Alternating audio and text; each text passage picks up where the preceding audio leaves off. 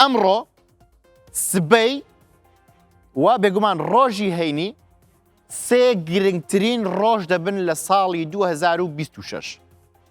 هەموو ئەو ڕووداوانەی لە 5 مانگی ڕابردوو لە ساڵی 2026 ڕوویاندایە وەلای بنێ لەلایەکی دابنێ ئەم سەردانەی دۆناڵد ترەمپ بۆچین لەلایەکی دیکە دابنێ. ترەمپ لە چین 6 مەلەفی ئابووری لەدەستە، هەموویان کاریگەری لە سەرنرخی زێڕ دەکەن. بەڵێ ئەم سەردانەی ترەمپ بۆچین قەدەری زێڕ دەگۆڕێت.